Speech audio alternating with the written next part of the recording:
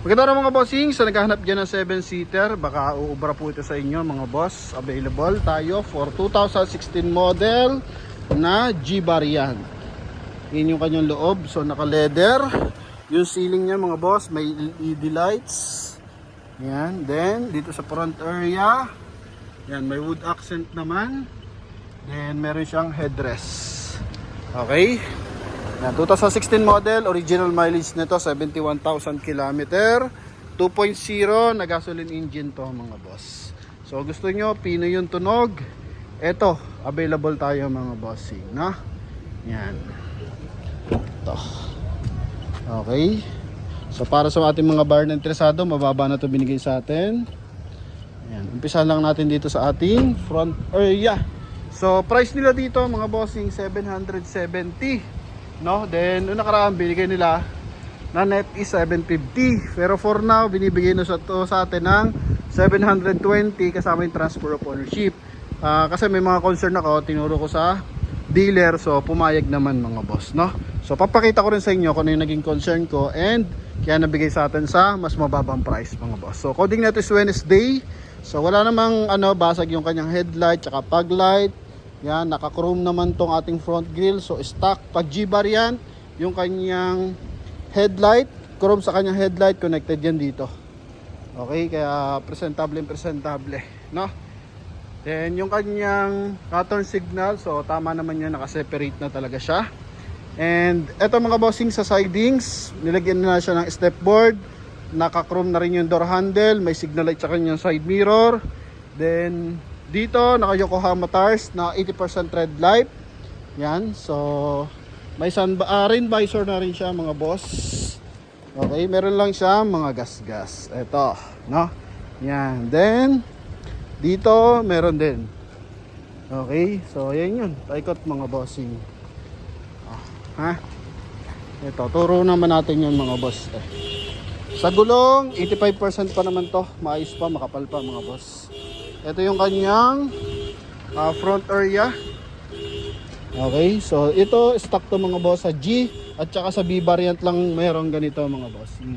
Then mileage niyan, ito 71,182. Ganda ng kanyang meter cluster mga boss kapag Toyota Innova G. Then naka 2 din audio system, naka automatic climate control, may armrest, leather ang upuan mga boss, no? Yan, so ito yung napakakisig niyang ceiling. Yan. Then for second row, okay, pinakaiba nila sa B variant mga boss. Ang B variant naka-captain seat dito, so wala siyang upuan sa gitna mga boss. Then ito meron talaga to, may sarili siyang lamesa o table. Yan, then ito naman pinalagay na lang.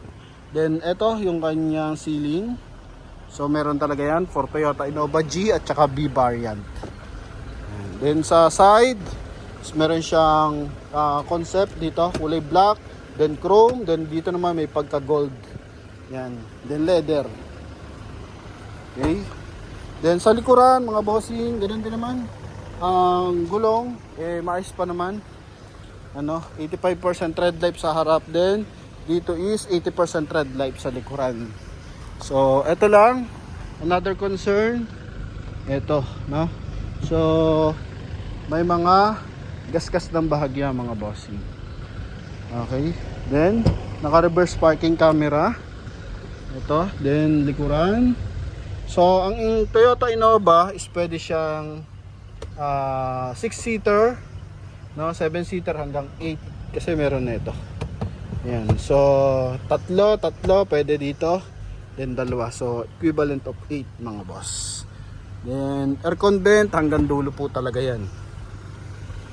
So ito mga bossing,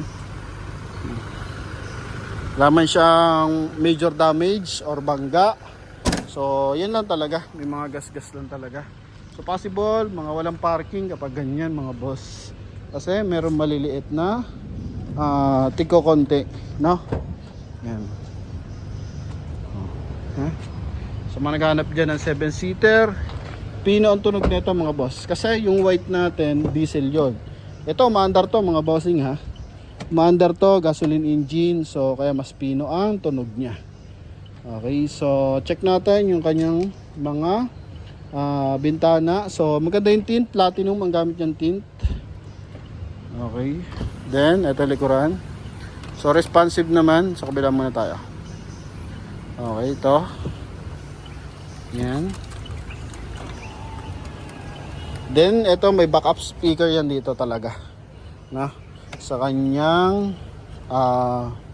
panel. No, then dito rin. Then power fold, yung ating side mirror. Okay. Yan, then power adjust na rin siya. So responsive naman. Ito rin. Okay, goods. Then dito sa kanyang dashboard. So meron siya silver accent. Then wood accent, mga boss. Okay, then dito sa kanyang steering wheel, so meron siyang voice command para doon sa ating 2-din audio system, mga bossing, no? Yan. So sun visor, may mirror din. Sa kabila, meron din, mga boss. All goods naman to. Sa upuan, presentable naman, mga boss. Eto, normal na to, mga bossing, no? I think lang may retouch dito sa banda ng bumper, no? Dito sa front bumper. Pero the rest, wala naman, mga boss. Okay? Yan. So, silipin natin yung kanyang engine bay.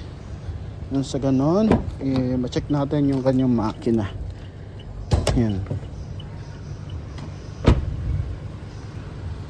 So, kung pan-service, ito maayos to, mga boss. Yan. Makina. Ito, mga bossing. Tahimik, mga boss. Ito, susunod natin yan eh. Wait ko lang yung net price nila. Na kasi, parang 900 pa ata. Or 885, mga ganon, mga boss. So, wait ko lang yung price. Pinakasagad nilang presyo. Then susunod natin. Diesel yan. So, papansin nyo naman, ito, tumutunog.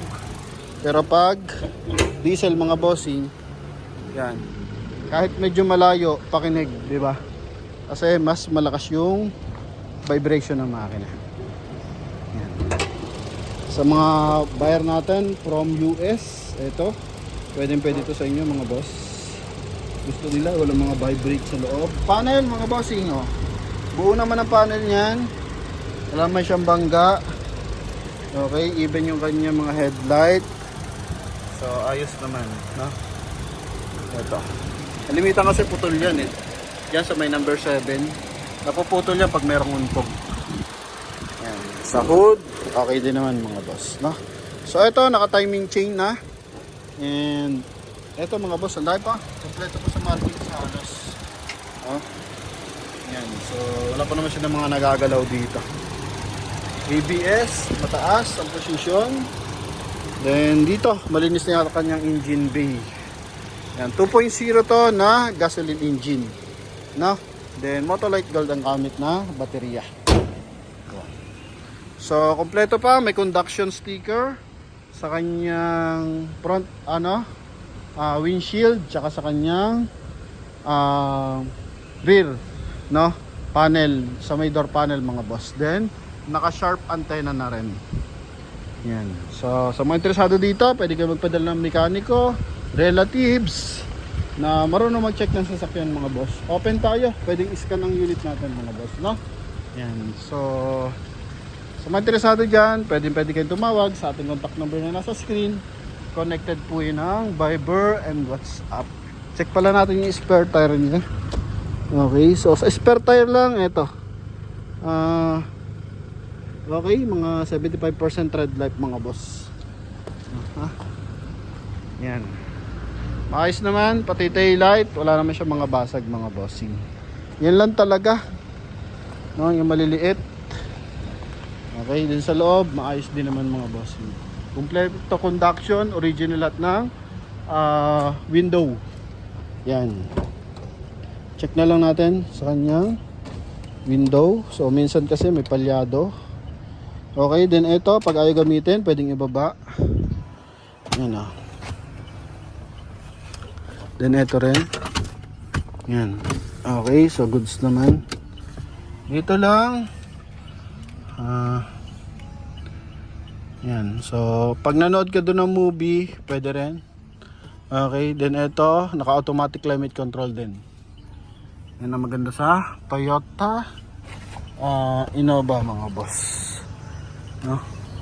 Meron siyang naka-liner na LED.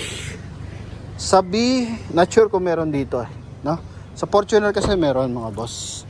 Pero sa Innova, not sure lang. Ito, normal na to mga boss. Okay, so yun lamang naman mga boss. Ano pa ba? Yan, bottle water holder. Dito, sakit lang naman dito mga bossing. Gandahan lang may mga takip, no? Para at least, kumbaga, hindi siya naka-expose. Yan mga boss. Sa mga interesado dito, ang presyo natin, 720 mga boss. Sagad. Then, try na lang natin humirit. Wala namang problema yan mga boss. Okay, pag-coordinate lang kayo sa akin, re-request tayo. Kung ayaw pumayag ng dealer, at least 3.9 natin mga boss, no? Yan, may pagkakataon na ganun, pumapayag yung dealer, minsan naman hindi mga boss. Pero at least 3.9 natin, no? Kapag tukod, di tukod mga boss, no? Yan lang mga bossing. Sa mga interesado, tawag lang po. Thank you very much. God bless. Bye-bye.